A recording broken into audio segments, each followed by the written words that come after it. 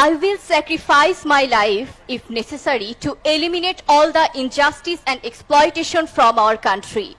My greatest strength is the love for my people, and my greatest weakness is that I love them too much. বলেছিলেন একজন মহানায়ক sir David ফ্রস্টের নেওয়া একটি ইন্টারভিউতে। হ্যাঁ, ইনি আমার ভালোবাসা একজন বঙ্গবন্ধু। আমার বঙ্গবন্ধু শুধুই একজন মহান নেতৃত্ব নয়, তিনি একজন দার্শনিক যিনি মুক্তিযুদ্ধের ২০ বছর আগে থেকেই স্বাধীন বাংলাদেশের স্বপ্ন দেখেছিলেন। আমার বঙ্গবন্ধু এদেশের মানুষের ছিনিয়ে আনা লাল সবুজের পতাকা, একটি ইতিহাস, একটি মহাকাব্য, একটি বাংলাদেশ। আমার বঙ্গবন্ধুকে জানতে হলে আমাদেরকে ফিরে যেতে হবে গোপালগঞ্জের সেই ছোট্ট গ্রাম টুঙ্গিপাড়ায় দুরন্ত খোকার কাছে। ছোটবেলা থেকেই যিনি শীতার্তকে শীতবস্ত্র এবং ক্ষুধার্তকে খাদ্য দিয়ে বেড়ে উঠেছিলেন। মাত্র ২৯ বছর বয়সে ঢাকা বিশ্ববিদ্যালয়ে অধ্যয়নকালীন অবস্থায় চতুর্থ শ্রেণীর কর্মচারীদের অধিকার রক্ষার আন্দোলনের নেতৃত্ব দেওয়ার জন্য নিজের ছাত্রত্ব হারালেও মাথা নত করেননি কখনো।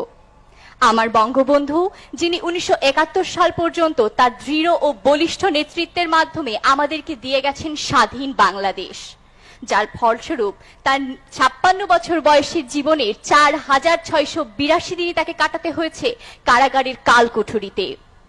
আমার বঙ্গবন্ধু যিনি ৭ মার্চের মাত্র ১৮ মিনিটের এক ভাষণে এক আঙুল উঁচিয়ে সারা বাংলাদেশের ৭ কোটি মানুষকে শিখিয়েছিলেন মুক্তিযুদ্ধ, স্বপ্ন দেখিয়েছিলেন স্বাধীনতার।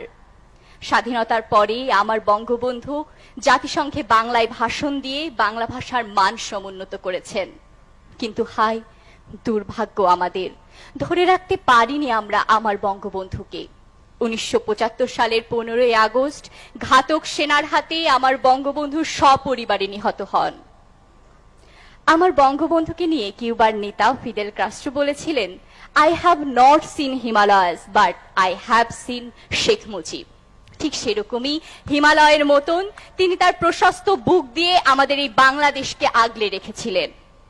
আজ আমার বঙ্গবন্ধুকে নিয়ে বলতে গেলে হয়তো মহাকাব্য রচনা হয়ে যাবে, কিন্তু কথা ফুরবে না। আমার বঙ্গবন্ধু একটি চেতনার নাম, যিনি জাগ্রত আছেন প্রতিটি বাঙালির হৃদয়ে।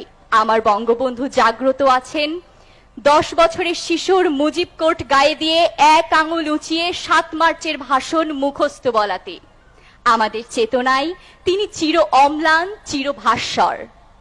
আমার বঙ্গবন্ধুকে নিয়ে লেখা মহাদেব সাহার আমি কি বলতে পারিনি কবিতার ছোট্ট একটি অংশ দিয়ে আজ শেষ করতে চাই। তবু শেষবার ঘুমিয়ে পড়ার আগে তাকে আমার বলতে ইচ্ছে করছিল, এই বাংলায় তোমার সমান উচ্চতার আর কোনো লোক দেখিনি আমি। তাই তো বার্লিনে যখন একজন ভায়োলিন বাদক আমার কাছে বাংলাদেশ সম্পর্কে জানতে চেয়েছিল, আমি আমার বুক পকেট থেকে ১০ টাকার একখানি নোট বের করে শেখ মুজিবের ছবি দেখিয়েছিলাম। বলেছিলাম, দেখো এই আমার বাংলাদেশ। জয় বাংলা, জয়।